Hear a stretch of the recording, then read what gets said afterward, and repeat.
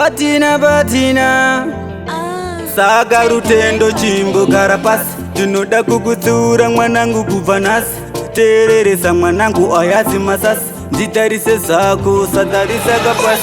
Asinei musa paye pandinokuti ita basa. Tinenge ndechitotraya kukudzidzisa, handidi kuti uite zvinonditsamwisa. Kura wakangwara kwete wakapusa, kuchikoro wane inga unopasa. Zvataurwa nematicha usapikisa, kana uchirayirwa chingotereresa. Pavanhu vakuru chingozvininipisa, nekuti shamwari dzimwe dzonotamba nadzo dzinenge dziri extra futi kumberi kwazo. Pari zvino zvako hausati wazviona, pauchazviona endeka uchati yesu.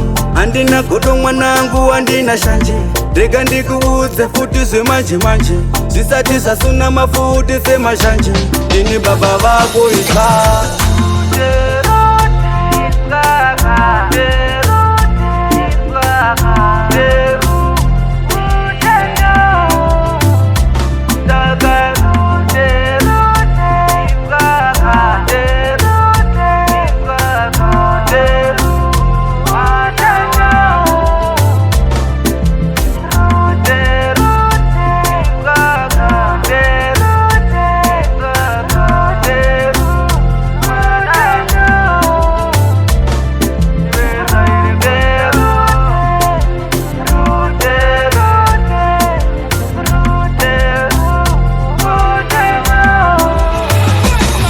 Baba vako chimboteerera, kana une misikanza uri kundiitira. Chera gomba pasi wobva wasvipira, wobva wafushira. Pandinokubata ndinokudandaura, handidi kuti ukure uchishupika, handidi kuti ukure uchingonetseka.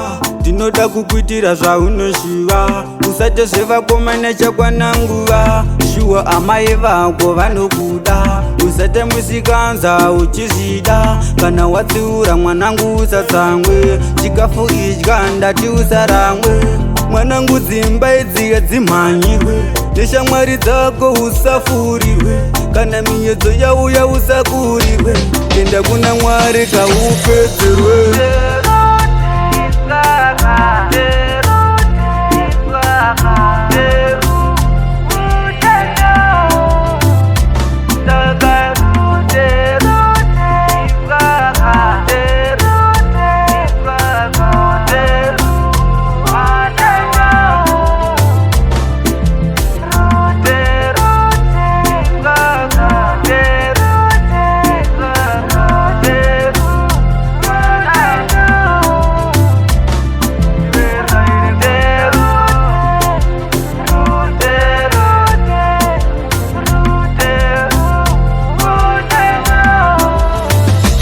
Saka rutendo chimbogara pasi. Ndinoda kukutsiura mwanangu kubva nhasi, teereresa mwanangu ayazi masasi. Nditarise zako satarisa kapasi.